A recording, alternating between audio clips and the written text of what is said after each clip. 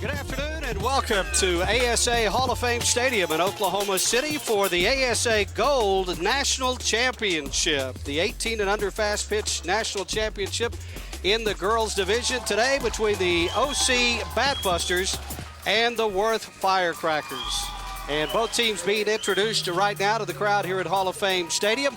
Both of these teams coming into the finals undefeated, and they know a lot about each other because they played in this very same championship game last season, with the Batbusters coming out on top. And once again this year, the Batbusters have rolled through the early part of the tournament. We started out this week with 64 teams, and we're down to the final two, and the Batbusters, as you can see, had little competition during the week. One close game against the Beverly Bandits in game number 3, but in the semifinals, they defeated the Southern Cal Choppers 4-0 to breeze into the championship game. The Batbusters have won this championship 5 times and have been in the top 4 for 6 consecutive years now. As far as their opponents, the Worth Firecrackers, they also come into this final game undefeated in pool play as we have our national anthem.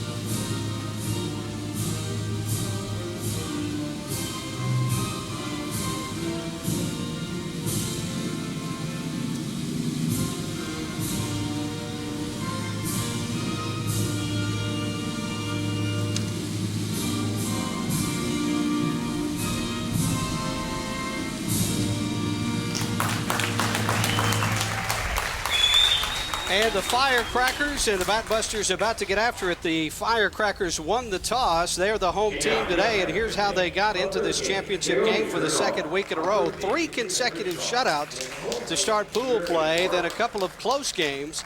The final one, though, against the Gold Coast Hurricanes in the rematch, a 6-0 shutout last night. And again, both teams coming in 6-0 in this tournament.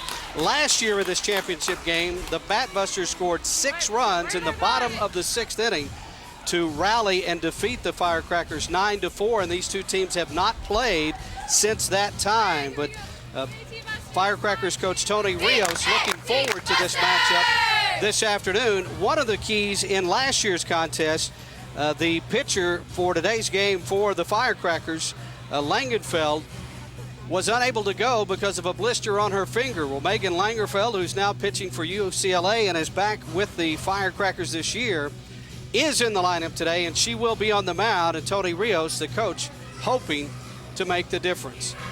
And for the Batbusters, as they get ready to face Langenfeld, they hope to continue the hot hitting that they've had for this entire tournament. They are one of the legendary teams in this ASA Gold National Championship competition, and the Worth Firecrackers, an upstart, making their second consecutive appearance in the finals, but this is the first 2 times that they've been there.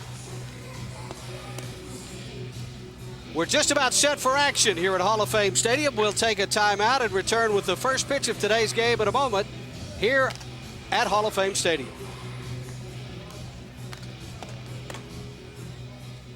The ASA gave, I think, all of us an avenue to play growing up and gave us places to excel. Lots of games, the best competition, great coaching. So it's kind of been an avenue for all of us to grow as players. And giving me the chance to prepare at a high level. ASA was crucial in my career as far as building myself as an athlete, and I think my teammates also. Get your start in a sport that lasts a lifetime. Play ASA. Want to pitch like the best? Then start learning from the best with the help of 2 expert training videos from the ASA, the national governing body of softball. In beginning pitching, 2-time USA softball Olympic gold medalist Michelle Smith guides beginners through all of the pitching basics. The velocity goes up in the advanced pitching video. It's important to study the pitching mechanics because pitching is at the heart of fast-pitch softball. Hitting and fielding videos with USA softball head coach Mike Andrea are also available. To order, visit softballoutlet.com. Be a better pitcher today. Welcome back to Hall of Fame Stadium. The Batbusters, the visiting team today. Here's their lineup. Katie Schroeder in center field, followed by Brittany Lestraps, Andrea Harrison, Asia Bakulba, Monica Harrison, Gianna DeSalvatore, Tiffany Huff, Brittany Schutte, and Nicole Sappingfield is the designated player. That's the lineup that Megan Langenfeld will face. And here's the defense that the Firecrackers will put out there. In left field, Jamea Reed, Schutzler in center field. The other Reed in right field. At third base, Correa, Hansen at shortstop, Areola at second base. The first baseman, Trott, behind the plate, Jay Schultz, and actually on the mound, that is not Erica Gamble, but rather Langenfeld, who is in there and will also hit in the lineup. Langenfeld, a right-hander, will face the left-hander Katie Schroeder, who steps in at .421 in the tournament with 3 runs batted in. Last year in the championship game, Schroeder was 2 for 4. Crouches over the plate, and we're just about set for action. First pitch is in there for called strike 1 by the home plate umpire, Jerry Bash out of Killeen, Texas. Outfield plays Schroeder to hit the opposite way and shallow. These fences for the ASA Gold at 220 feet. Neither one of these teams has hit a home run during the tournament. A player to hit the opposite way. The next pitch, she runs up on it and takes it outside for ball 1. So the count even at a ball and a strike. Katie Schroeder, as we mentioned, a return member of this championship team. And she's also a member of the 2007 USA Softball Junior Women's World Championship, who won their first gold medal this year since 1995. That pitch on the outside corner in there for called strike 2. In fact, a lot of these Batbusters and Firecrackers were teammates on that Junior Women's World Championship team. These two teams located just 12 miles apart from each other in California. 1-2 delivery. The changeup is outside, and it's 2 balls and 2 strikes. They're located in Santa Ana, California, and Huntington, California, respectively. They did not play this year during the regular season, but they are very familiar with one another. Langenfeld, who's 5-0 so far in the tournament, with the 2-2 pitch. That one's up and away, and it's now a full count at 3-2. Langenfeld has appeared in 5 games in this tournament. This is her 4th start, and has given up 4 runs in 32 innings. She struck out 24. And again, we mentioned one of the players in this tournament that's already in college. She just finished her freshman year at UCLA. 3-2 to Schroeder. She taps it foul. No, it's a fair ball down the line and drops in. Looked like that one was going to be fouled, but she got the bat in front of it, and it dropped in fair territory for a base hit.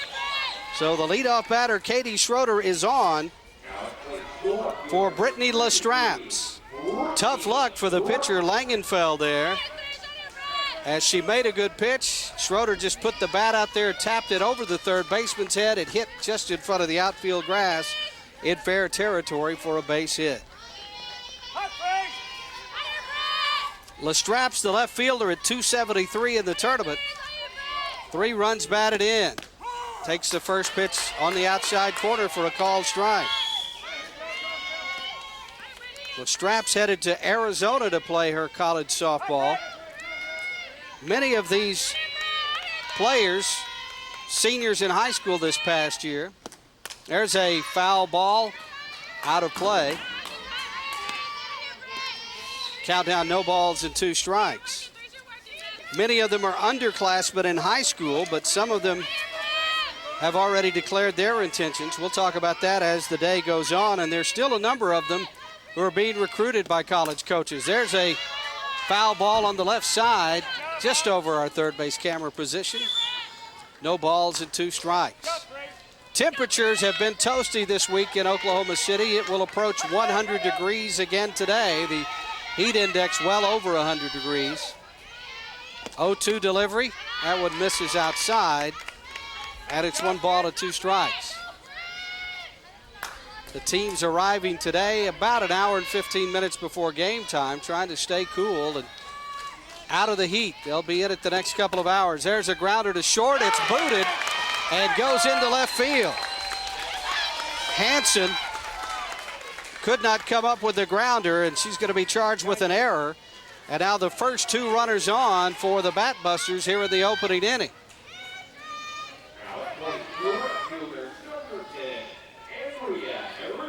Ashley Hanson of the Firecrackers, one of those Junior Women's World Championship members that played with the Batbusters, but she couldn't come up with a ground ball there. That'll bring up Andrea Harrison, the right fielder. Harrison hitting at .400 with 4 doubles, a triple, and 4 runs batted in the tournament. Swings at the first pitch and fouls it back out of play. Harrison was 1 for 3 in last year's championship game. In fact, 5 members of this Batbusters starting lineup were in that contest last year.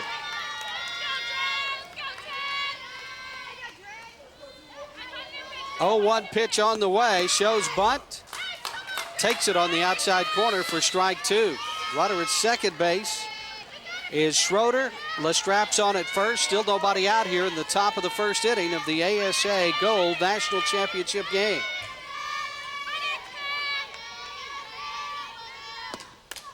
Swing and a foul left side. This week started out with 64 teams in pool play. Then they narrowed it down to the final 16 for double elimination. And as we mentioned, both of these teams in the finals today came through the entire week unscathed. Pitch just misses outside. The catcher, Schultz, framing it for the umpire, wanting to know how far that one missed. And it's 1 ball and 2 strikes.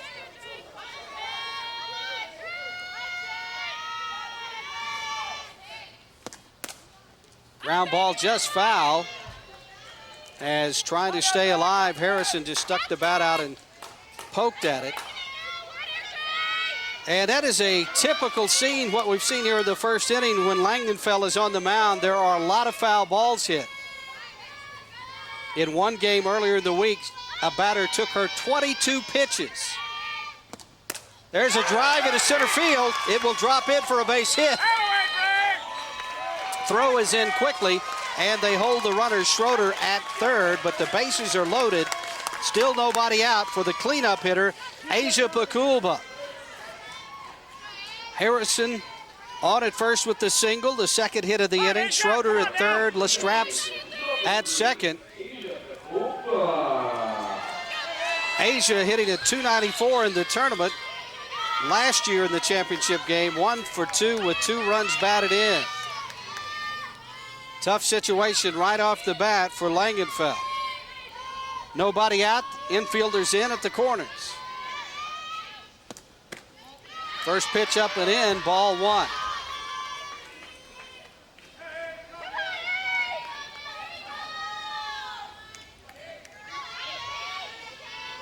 Front foot up in the front of that box, as you can see, and she takes the pitch in there, even a ball and a strike. Asia is going to go across the country to play her college ball at the University of Florida. 1-1 pitch on the way. There's a ground ball to third. Foul territory is quickly snapped up by Correa, the third baseman. She put the tag on the runner, but it was a foul ball. Count now 1 ball and 2 strikes. Lenia Correa right on that line at third base. There's a foul back to the screen. The count will hold at 1 ball and 2 strikes.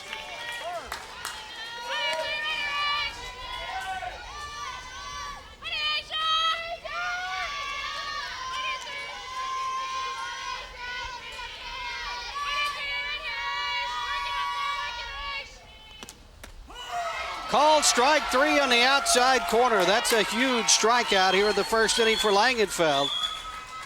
Base is still loaded, but the cleanup hitter is down on strikes, and that'll bring up Monica Harrison.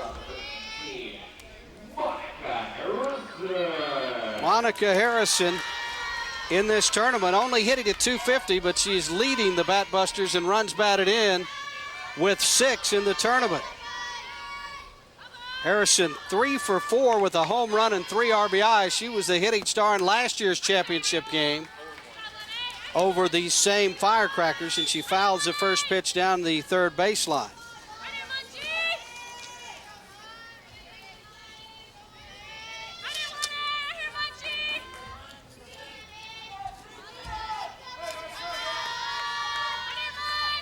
Oh, 1 delivery on the way is fouled again, and quickly 0-2 to Monica Harrison.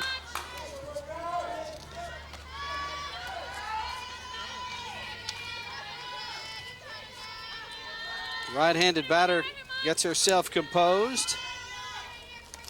And of course her younger sister, Andrea, is on base trying to bring her in. There's a fly ball to left, not that deep.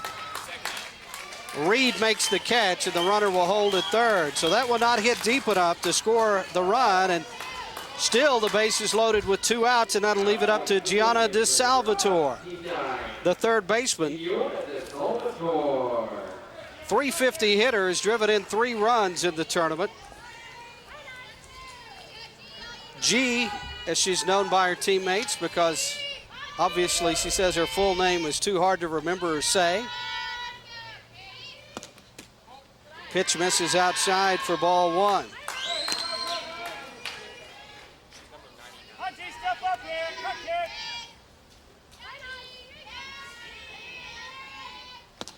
There's a foul ball back into the screen, and the count now even, a ball and a strike. It would be huge for the Firecrackers if Langenfeld can manage to get out of this top of the first inning after getting the bases loaded with nobody out, and still there are no runs across to this point.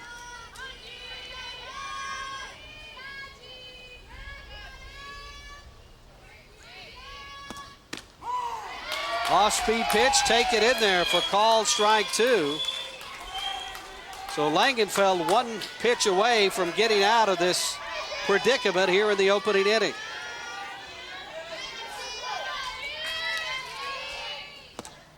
Tappers toward third, in the hole, shortstop Hansen has it. Long throw is in time, and a great job by Langenfeld to get out of the inning, and a great job that time by Hansen to atone for the error. In the first, no runs, 2 hits, an error, and 3 left. We're scoreless with the Firecrackers coming to bat. So the Firecrackers should pick up some energy from getting out of that tough situation in the first inning. And we'll take a look at the lineup that they're throwing out there against Donna Kerr. Kerr on the mound is 4-0 in the tournament, a 150 earned run average. Last year, she was the pitching hero in the championship game as she came in with her team behind in the game, and she was a beneficiary of that 6-run sixth that won the game with 4 1/3 innings of hitless relief.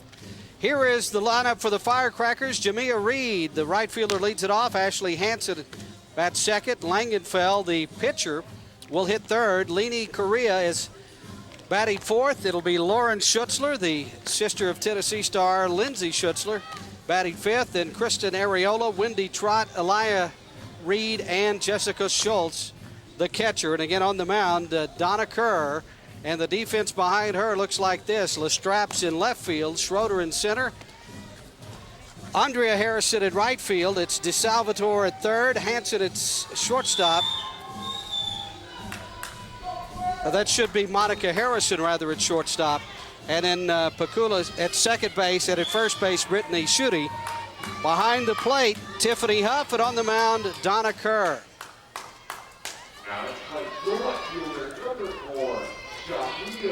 Jamia Reed, the leading hitter for the Firecrackers in this tournament, comes in 12 for 24, a cool .500, and is 6 for 6 in stolen bases. This Firecrackers team built on speed.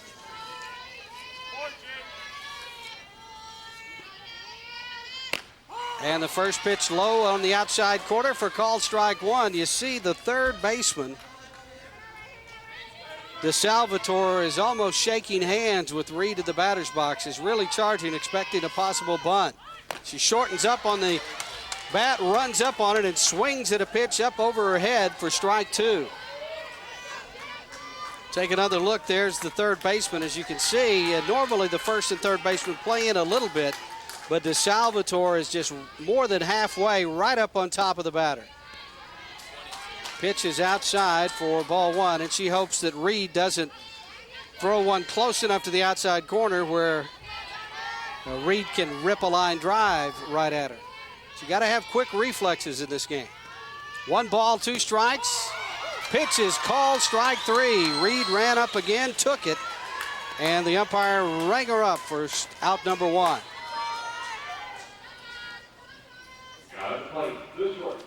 Ashley Hansen will step in. Hansen leads the Firecrackers with 6 runs batted in this tournament, a .381 hitter in the 6 games so far.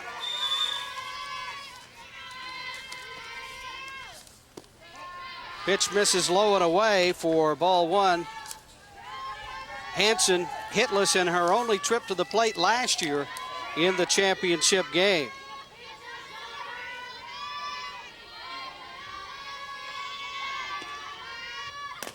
Chopper up the middle. The shortstop Harrison charges, throws. It's in time for out number 2. The 2 up, 2 down so far in the first inning for Donna Kerr.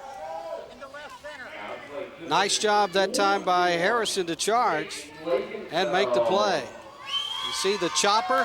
Harrison charging right over the pitcher's mound and getting it to first base to Schutte in time. Megan Langenfeld, the pitcher, steps in, takes the first pitch high for ball one.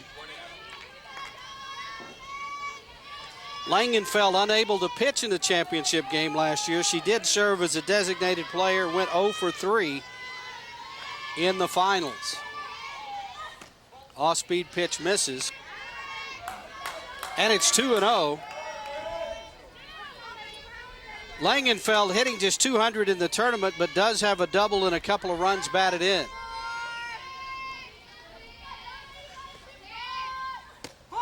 Pitch on the inside corner, called strike one. 2-1 to count. You see a lot of the players going with the face mask on the batting helmet. Don't want to get hit in the grill if possible. 2 balls and 1 strike to count, 2 outs of the inning.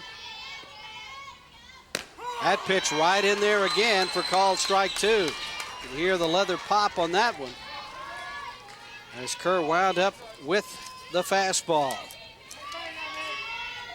Kerr, a member of that Junior World Championship team,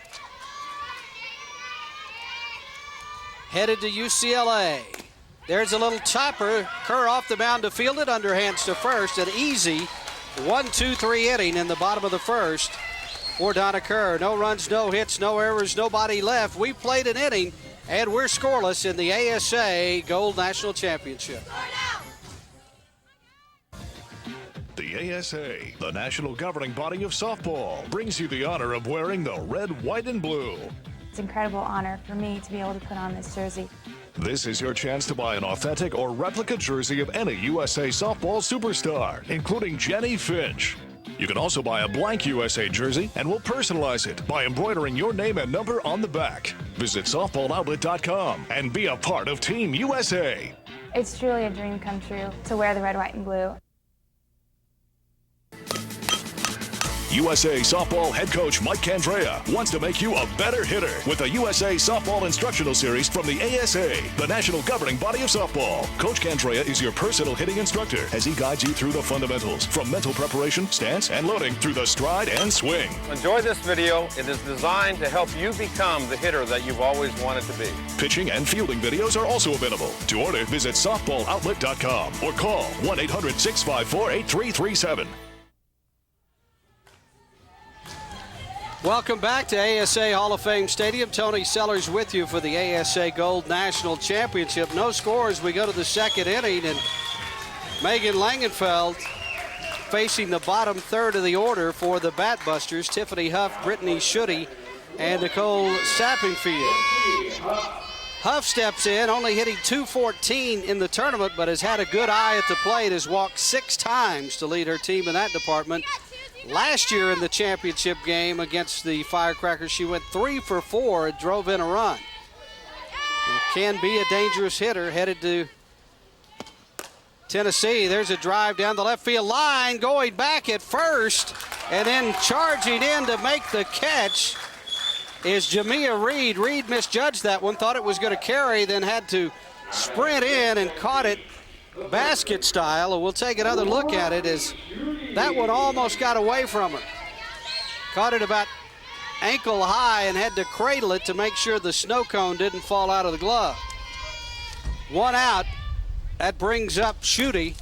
She swings at the first pitch. This one a little easier for Reed in foul ground, and makes the catch. So 2 pitches, 2 outs here in the top of the second for Langenfeld. A far cry from what happened in the opening inning.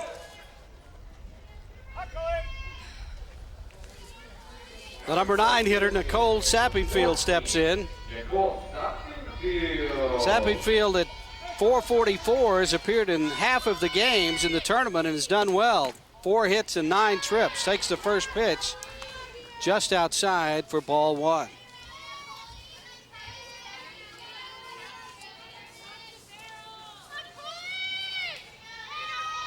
Again, a huge gap straight up the middle. Swing and a miss, strike 1. As Langenfeld working away from the batter, and so the fielder's adjusting accordingly. The center fielder, Schutzler, playing well over into left center field. 1-1 pitch on the way. Tapper fouled past the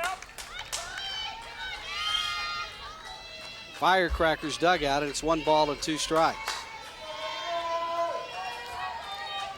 Hope you're enjoying today's internet broadcast, made possible by the Amateur Softball Association. There's a tapper up the middle. The shortstop charges. Low throw to first in time. And a quick 1-2-3 inning. No runs, no hits, no errors, nobody left. After an inning and a half, it's the Firecrackers nothing, the Batbusters nothing. Firecrackers will send up Leni Correa, Lauren Schutzler, and Kristen Areola in the second inning. Tony Rios, the coach of the Firecrackers, he took over this program 5 years ago. It was started back in 1991 by Gary Wardeen, and he did a great job with the program. Tony now in charge, and Tony travels during the year with his 16-year-old son, Jonathan. And Jonathan is in the dugout with them today, and Tony said it's just great. He's been a single parent for the last 12 years, and he's just amazed by all of the good people that they've run into across the country over the years, and it's just a joy for him to be able to spend the entire summer with his son Jonathan as the Firecrackers play during the summertime tournaments.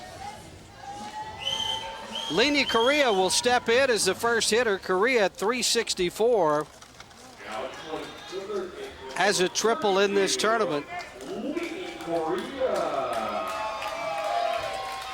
Correa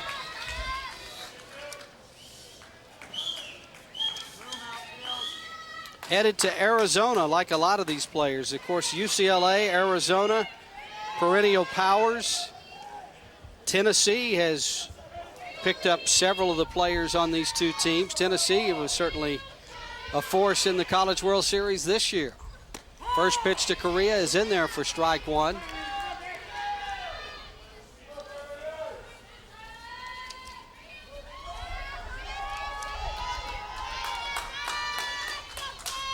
Kerr with a windup, swing and a miss. 0-2 now the count to Correa.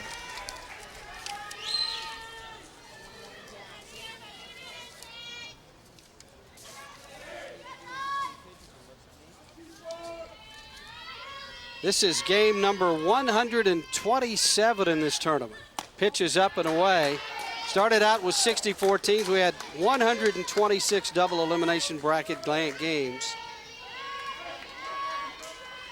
And this is the first time since 1998 we've had a rematch in the championship game of the ASA Gold National Tournament.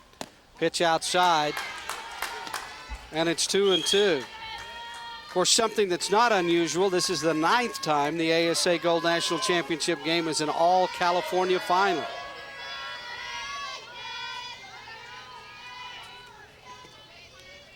Swing and a drive down the left field line, charging the left fielder in foul territory. Lestraps to make the catch. And there's one out here as Correa is retired to lead off the second inning. Lestraps, like a lot of players in this tournament, has an older sibling playing in the college game. There are a lot of those here. We mentioned Schutzler, whose sister Lindsay is at Tennessee. And Lauren Schutzler steps in right now, 381 hitter. Pitches low for ball one. 4 runs batted in the tournament. Her sister Lindsay, a mainstay of that Tennessee team that made it to the finals and almost took the championship this year in the NCAA. Pitch high and tight. And the count is 2 balls and no strikes.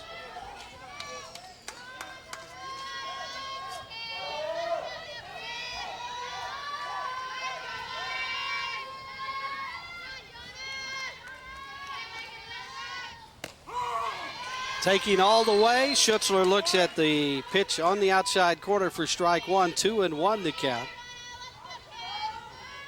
Firecrackers still looking for their first base runner here in the ball game. There's a tapper in front of the plate. Third baseman charges, throw, not in time.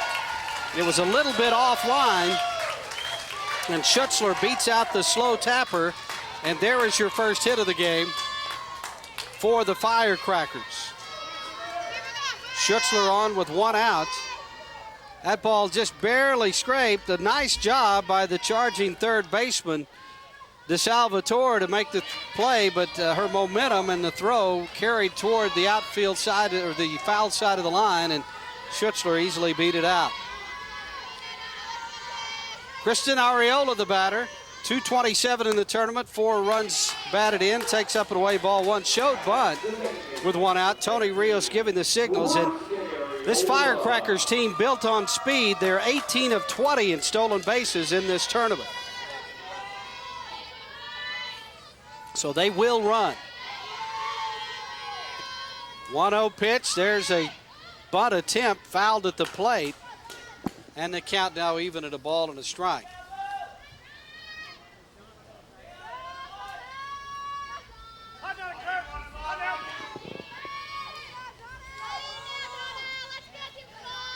Kerr trying to recompose on the mound.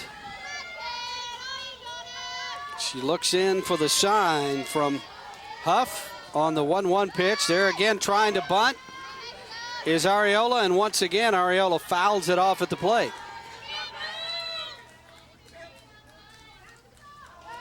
So the count now 1-2. Arriola looking intently at the coach Tony Rios at third base to determine if that bunt is still on.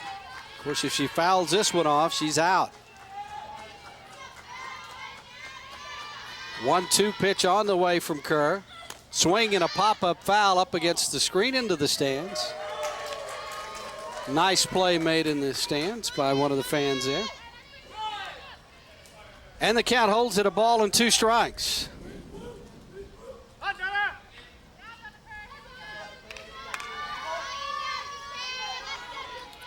Most of the crowd here wisely opting for the overhang at Hall of Fame Stadium to stay out of that intense sunshine. 1-2 pitch, grounder towards second. They'll scoop for the force at second, throw back to first, not in time. Looked like they might have the double play, but Arriola just beating the throw back to first base. There are 2 outs as Schutzler is retired on the force. We'll take another look. Grounder up the middle, and that one is close. Tie goes to the runner on that one. First base umpire Kaina Kershaw saying safe at first base. Arriola on the fielder's choice, and the batter Wendy Trott. Trott at 211, 4 runs batted in the tournament for the first baseman. Takes a pitch outside corner for call strike 1.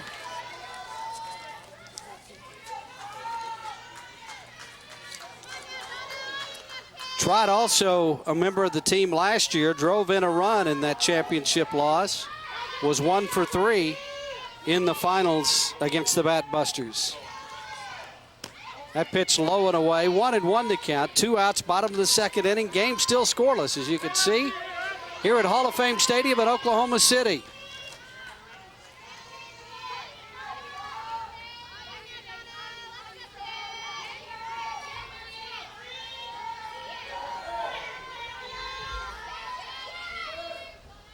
Huff looking to the bench for the signal and then gives it to Kerr. A pop-up behind second base. Coming in, the center fielder, Schroeder, to make the catch to end the inning.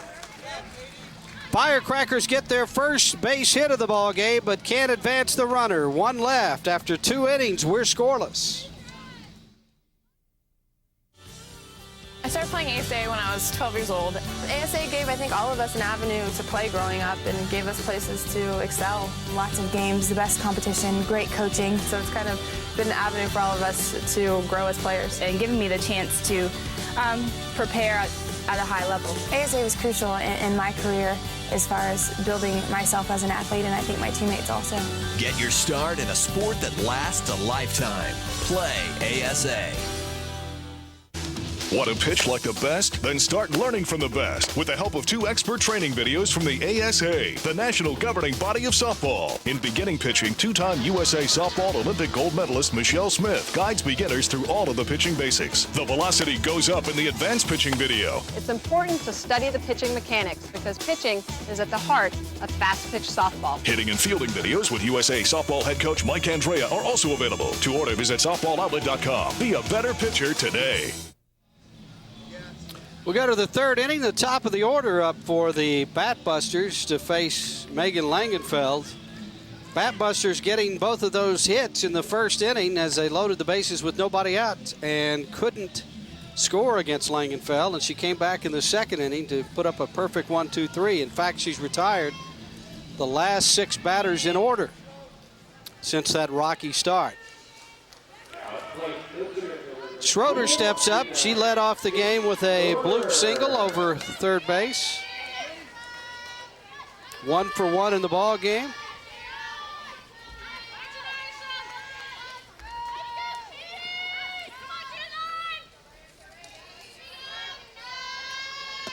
Langenfeld's pitch outside for ball 1.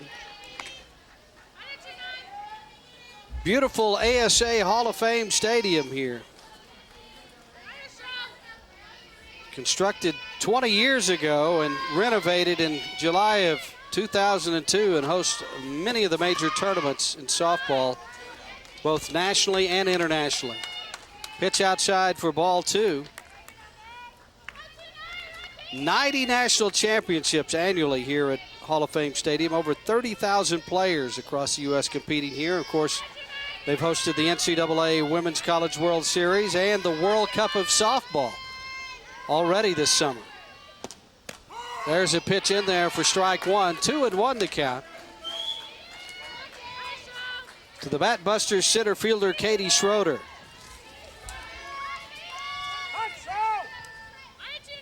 One of 4 Batbusters players that is headed to UCLA, play for the Bruins next season. Pitch just misses low, and it's 3 balls and 1 strike. Langenfeld has issued 5 walks in 34 innings in this tournament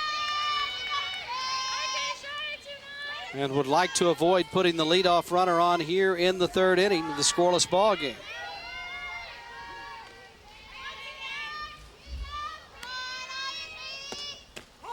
That pitch on the outside corner called strike 2. The count runs full. 3 balls and 2 strikes.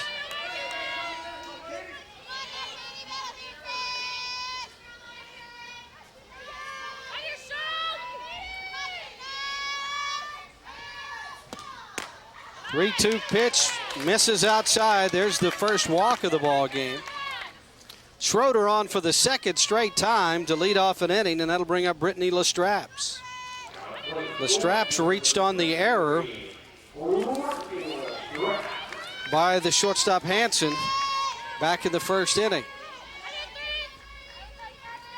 The Straps looking to see if they're going to have her sacrifice bunt here.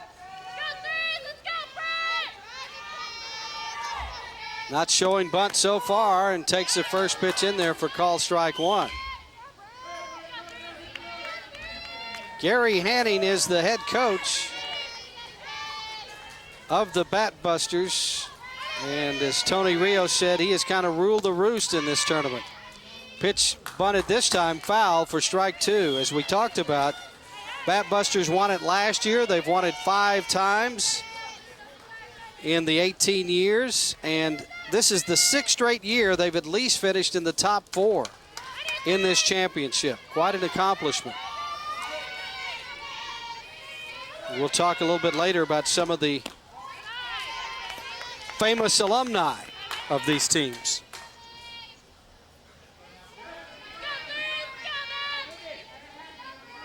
One and two, the pitch, as they had a pitch out there to see if the runner was going. Lestraps chokes up on the bat handle, pokes it foul toward third baseline and in front of the camera position. Correa not able to make the play. They've got a little camera stand over there, and Correa a little bit shy of getting close to that to make the play.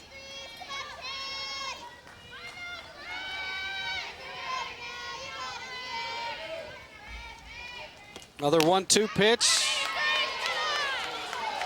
And both Langenfeld and their catcher, Schultz, wondering where that pitch was, as they thought they had strike 3. Looked like it was right down the middle, but instead it's 2-2. That pitch high and away, and now the count runs full. 3 balls and 2 strikes.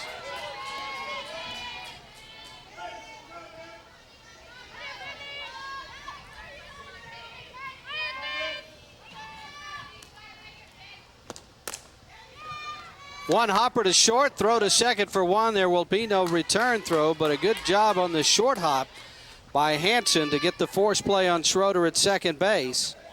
1 out. Lestraps replaces Schroeder on the base pass. And that'll bring up Andrea Harrison, who had a single her first time up, is hitting well in this tournament.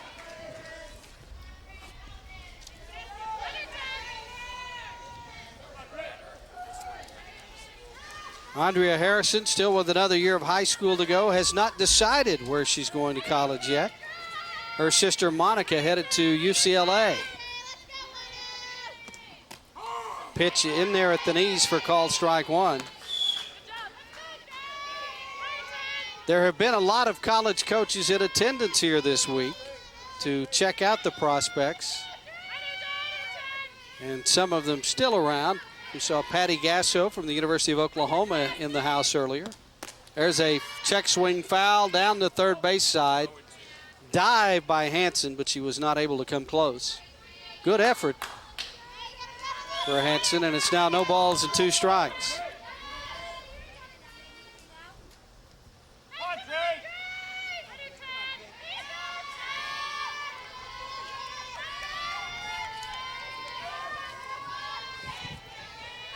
Wind picking up just a little bit here at Hall of Fame Stadium.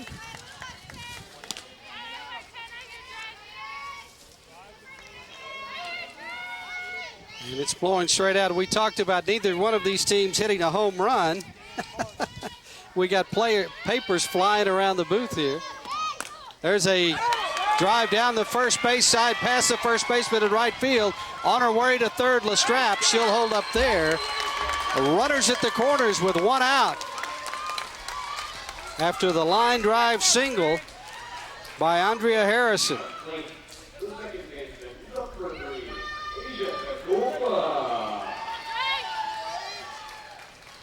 Asia Pakulba, the batter, she was out looking her first time up, and now Tony Rios out to the mound to talk strategy with his catcher and pitcher as to what to do in case they have a play on here. Runners at first and third and 1 out. A lot of things could happen. The Batbusters could try a double steal. They could try a squeeze. There are a whole lot of things they could do with 1 out and runners at the corners, and Pakulba, the cleanup hitter, at the plate.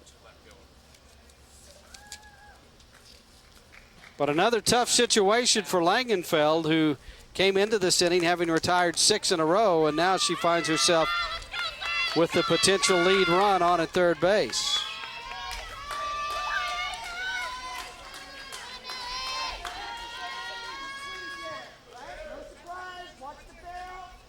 Asia Pakuba at the plate. AJ, as she's known to her teammates. Her favorite national player. There's a steal to second. They're not going to throw down because they don't want the runner to come down, so they allow Harrison to take second. And now runners at second and third. The pitch was a strike.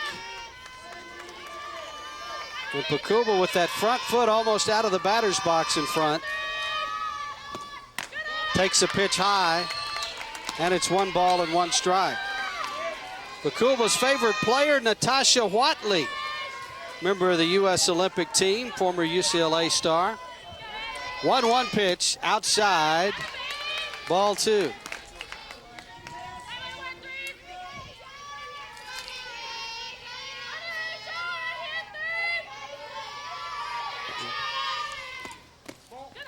Pitch is outside for ball 2. 2 balls and 1 strike to count. And we talked about Langenfeld. They foul a lot of pitches off on her. She's had a lot of base runners, so she's already thrown 50 pitches through the first 3 innings here. That pitch misses outside, the second walk of the inning. Now the bases are loaded. That does set up the force play. But Monica Harrison, the batter, the top RBI producer on this team. 6 runs batted in the tournament, and again last year was a big hitting star, 3 for 4 with a 3-run home run. That 3-run home run was part of that 6-run rally. The Firecrackers actually led the Batbusters 4-3 going into the bottom of the 6th, and there's a drive foul down the left field line. But then the Batbusters exploded for 6 runs in the bottom of the 6th inning and came away with the 9-4 victory.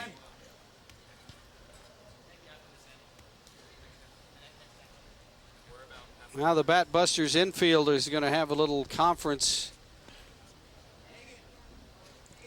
at the mound here to try to decide how they're going to play the situation. The base is loaded. 1 out, no score. Top of the 3rd inning of the ASA Gold National Championship game.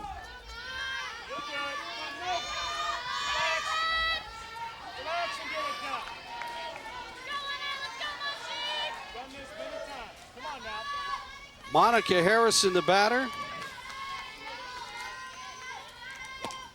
Check swing, foul, and now she's down in the count 0-2. Her favorite USA Softball National Tournament team player is Andrea Duran, a graduate of this Batbusters program.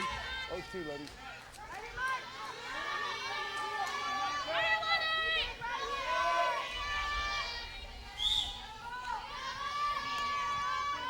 Langenfeld could use a strikeout here. Checks foul pitch straight back onto the roof. And the count will hold at 0-2. Langenfeld with 1 strikeout and 2 walks has given up 3 hits through the first 2 1/3 innings. Trying to get out of his second bases loaded jam in this ball game. There's a drive to left field. It's deep. Is it deep enough? It is out of here. A grand slam home run for Monica Harrison. And the Batbusters take a 4-0 lead.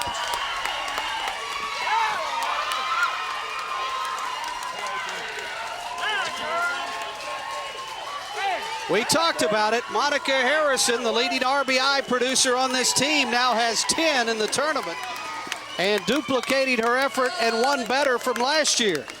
And that pitch was up. She jumped on it, and there was little doubt as it got over the 220-foot mark with room to spare. Second straight year that Monica Harrison has hit a home run in the championship game, and this one a grand slam to give the Batbusters a big 4-0 lead. Well, you just can't work out of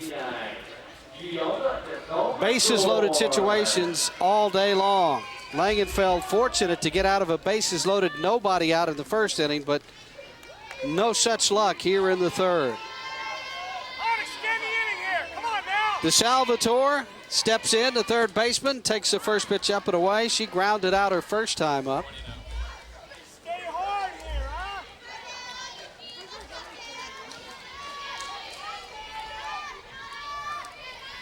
1-0 delivery. There's a foul back into the screen, and the count even, a ball and a strike. That's what I mean, okay? Good swing. That's what I mean.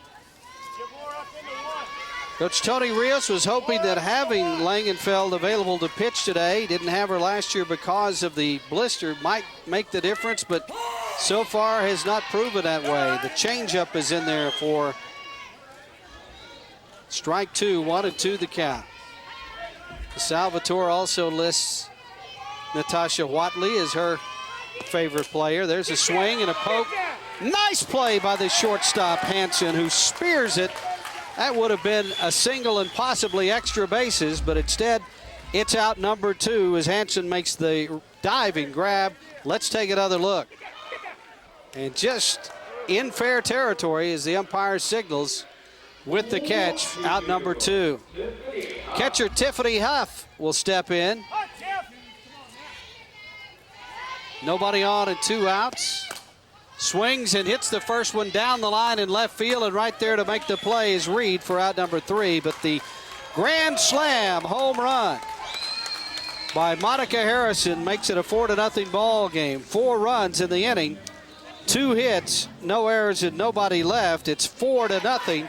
Batbusters after 2.5. 4 runs on 4 hits for the Batbusters and no runs and a hit for the Firecrackers. Let's take a look at some of the past champions from the ASA Gold National Tournament.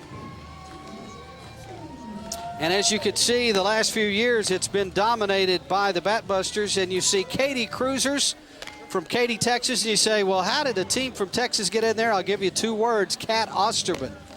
She was on that Katy Cruisers team, and of course the Southern Force came in, and the Shamrocks took it in Vienna, Washington, but then back to the Batbusters last year in 2006, and the Batbusters have jumped out in front of this championship game, trying to make it 2 in a row. They won back-to-back championships in 2002 and 2003, and are trying to repeat that effort with a win here tonight. And Monica Harrison with the big blow. The shortstop for the Batbusters, the grand slam in the top of the 3rd inning. She takes the throw down, and we're set to go this inning for the Firecrackers. Elia Reed, Jessica Schultz, and Jamia Reed.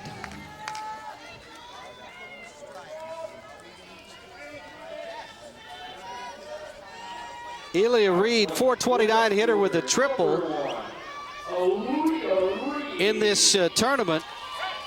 And Aaliyah and her sister Jamia headed to Cal Berkeley in the future.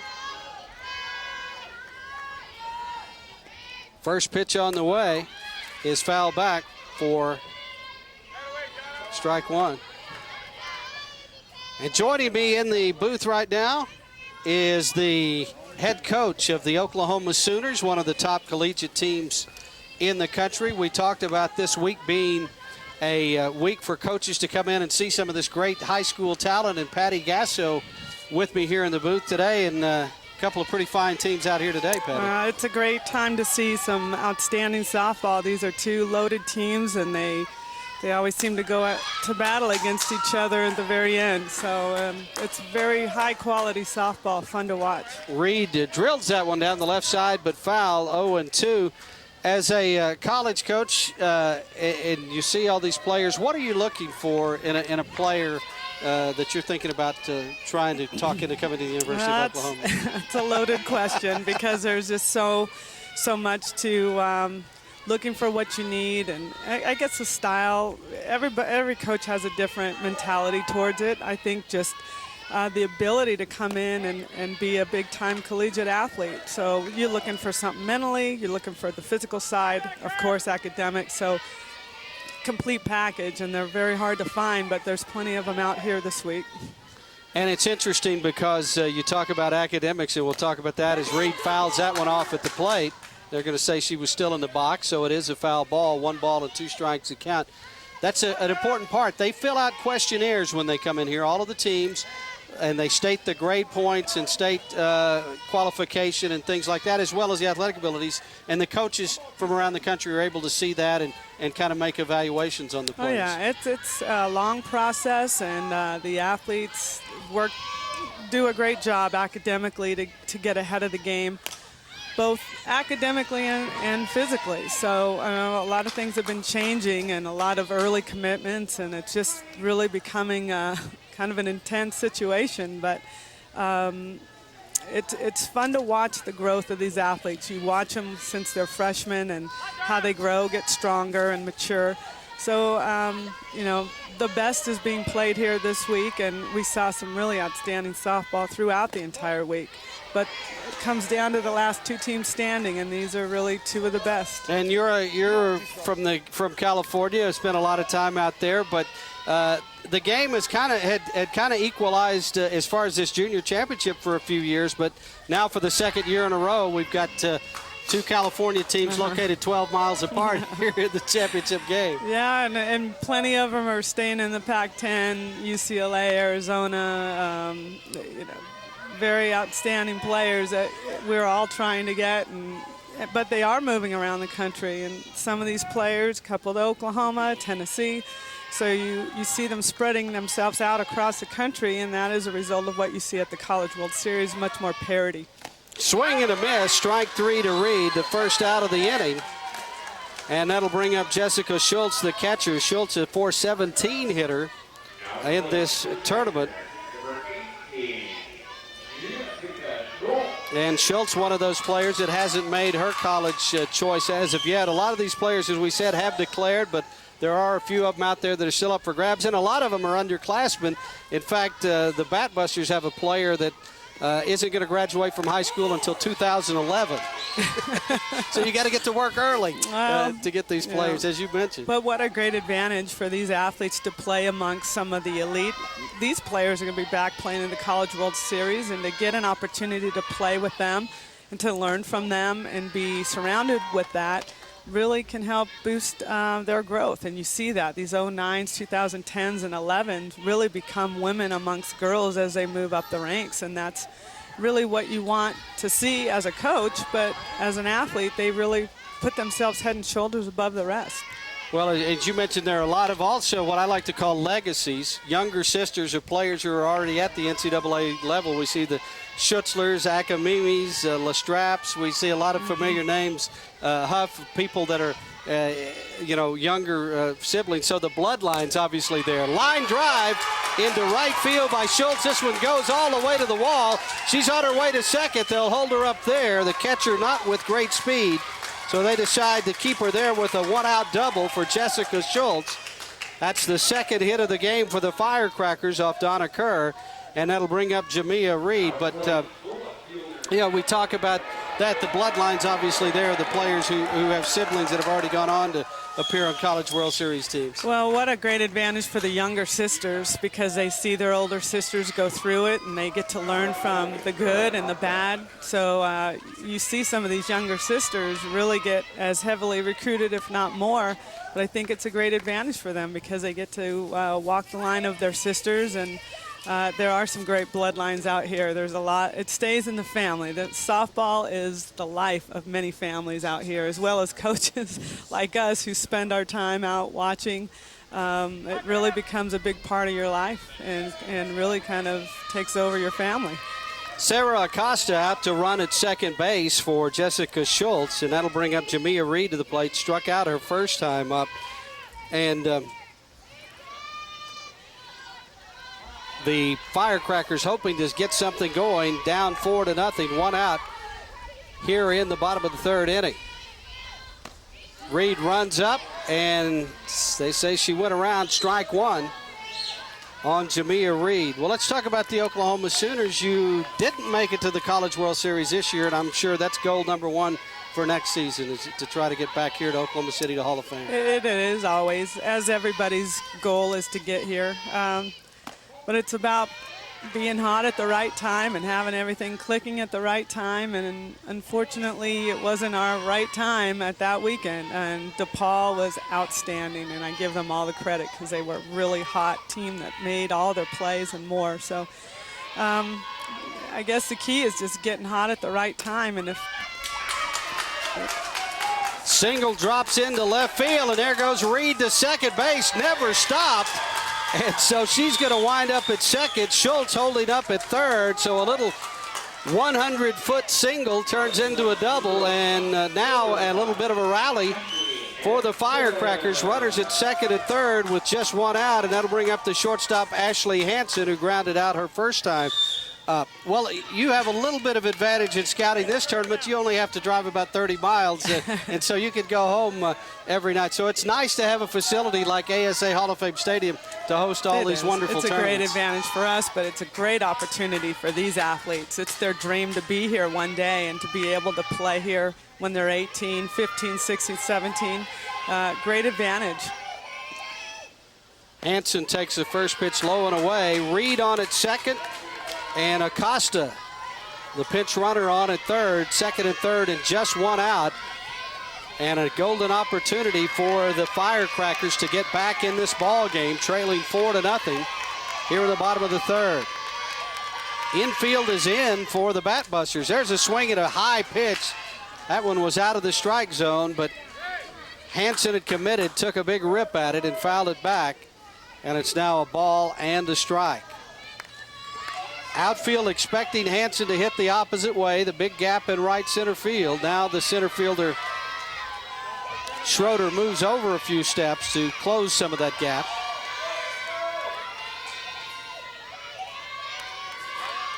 Kerr looking in, the 1-1 pitch. On the outside corner, called strike two. What about the caliber of play over the years, Patty? As I mentioned, a lot of it's still centered in California, but you're finding great players all over the country now. Oh, yeah, without doubt. Texas, Florida, Midwest, Northeast, they're everywhere. So makes our job even that much more tough, is to find those diamonds in the rough out there. But they're there, and they're plenty. So it's making softball very exciting throughout the country. It used to be really sort of stuck over on the West Coast, but it's caught fire across the country, and that's great for this game. Hansen stays alive by fouling it off. The 1-2 pitch comes in, Tapper to third. They'll hold the runner and throw to first.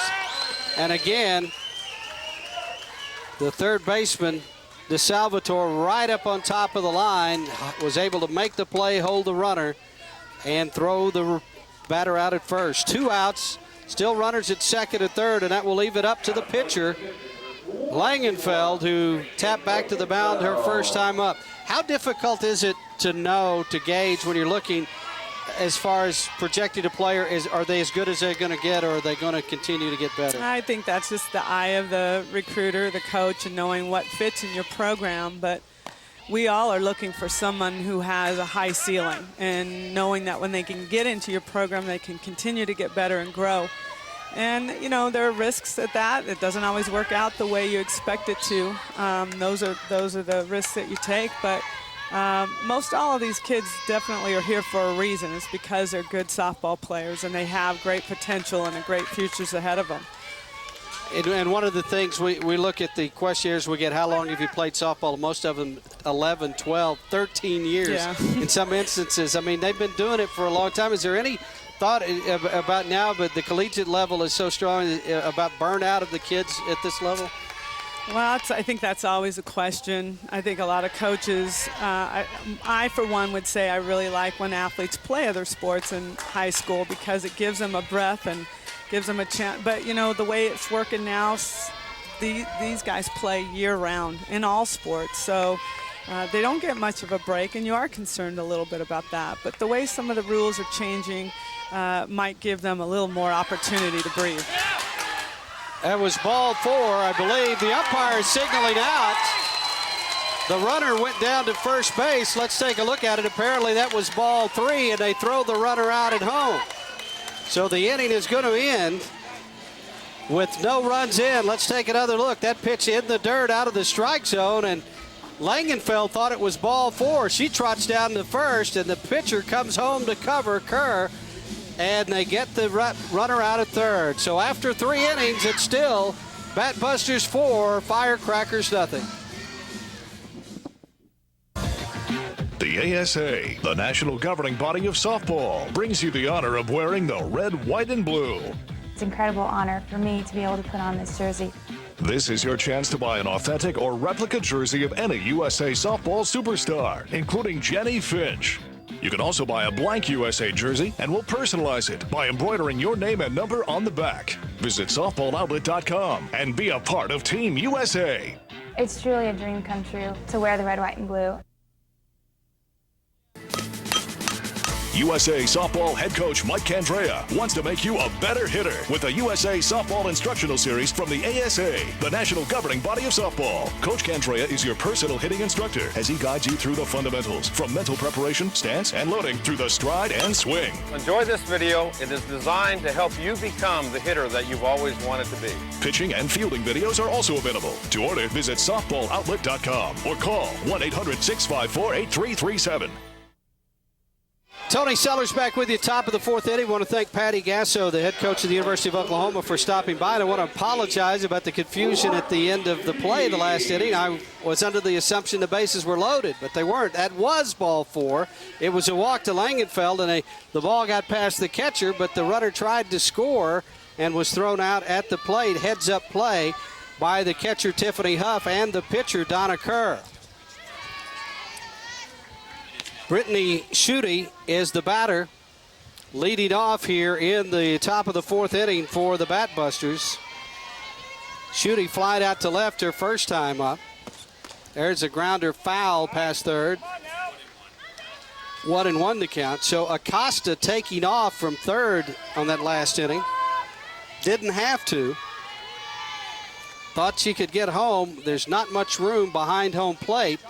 The fence very close to home plate, and a fortuitous bounce for Tiffany Huff to make the play to Kerr, who hustled to cover home plate.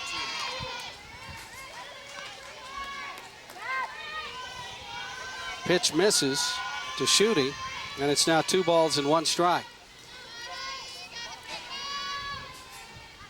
Schutte, Sappingfield, and then the top of the order, Schroeder, up here in the 4th inning. Pitch fouled off, and it's now 2 balls and 2 strikes.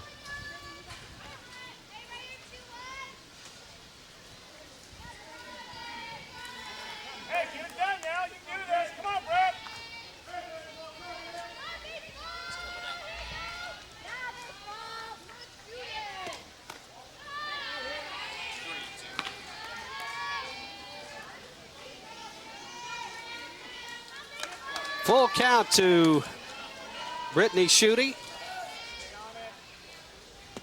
There's a line drive, caught in the air by Hansen for out number 1. Sinking liner, and Hansen stayed with it. Thought that one might be a short hop. Pitch on the outside part of the plate. Schutte went with it, but it was right at Hansen. The only question, would it stay in the air long enough for her to catch it on the fly, and it did. 1 out for Nicole Sappingfield. Tries to bunt, fouls it off in the box for strike 1.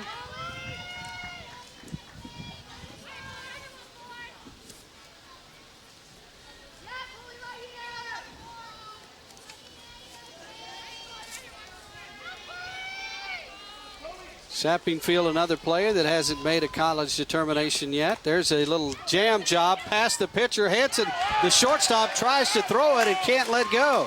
Slipped out of her hand, and Sappingfield is going to be safe at first. Looked like the pitcher was going to make this play, kind of a jam job off the fist. It got past the pitcher, and then Hansen tried to throw it and just couldn't let go. It's going to go as Hansen's second error of the ball game, and error number 2 on the Firecrackers. That'll bring up the top of the order, Katie Schroeder, with 1 out here in the 4th inning.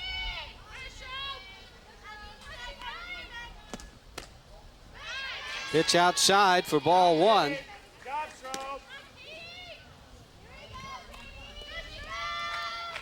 Schroeder's third plate appearance, has been on base both times. Led off the game with a single, walked her last time up. It's the first time she's come up and not been the leadoff batter in an inning. Takes a pitch on the outside corner for a called strike. 1-1 to count.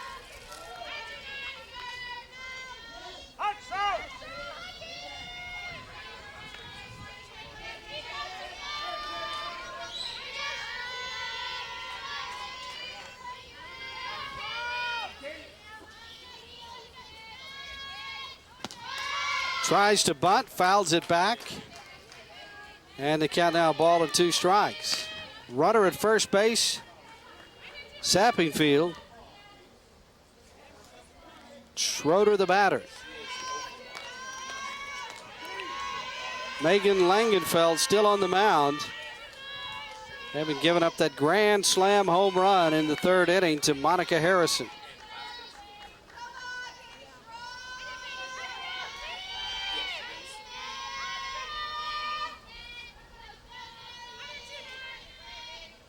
Now Sappingfield stepping off the mound. Is a little gamesmanship going on here at the plate.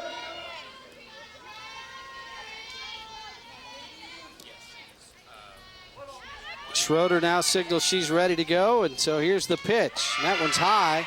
Runner going, and the stolen base for Sappingfield. Second stolen base in as many tries in this tournament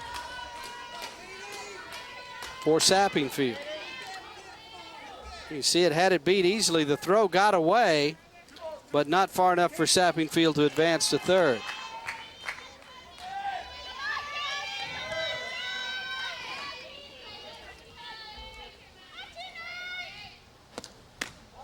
Pitch misses outside. And the count 3-2. Runner at second base, Sappingfield, 1 out. Top of the 4th inning. Batbusters trying to add to that 4-0 lead. There's a foul ball back into the screen. Count holds, 3-2.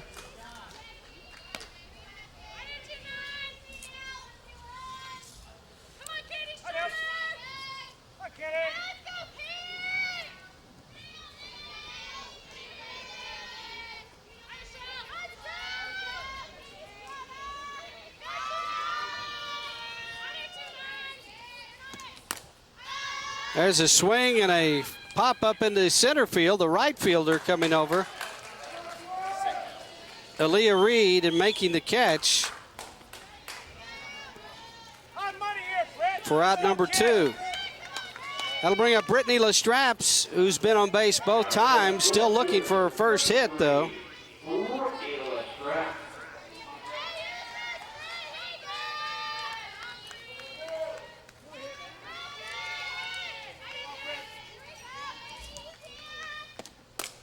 There's a grounder to short. Hanson has it across to first in time, and the inning is over. Nothing doing for the Batbusters in the 4th. There was 1 error and a runner left. After 3.5, it's the Batbusters 4 and the Firecrackers nothing.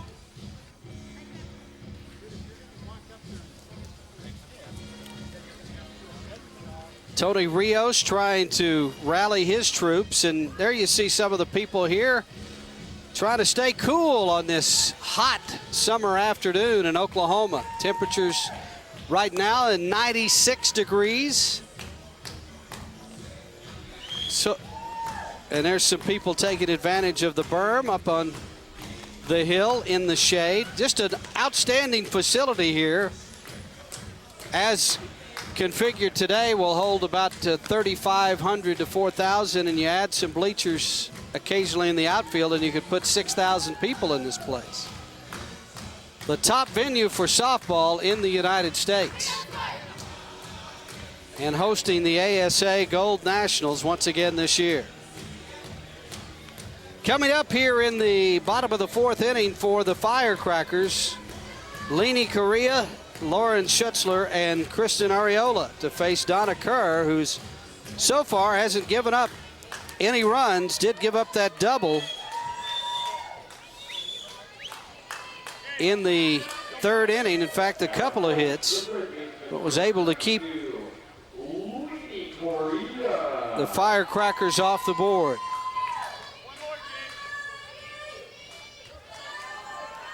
Correa fouled out to left field her first time up. That pitch outside, ball one. Correa headed to Arizona to play for Mike Candrea and the Wildcats.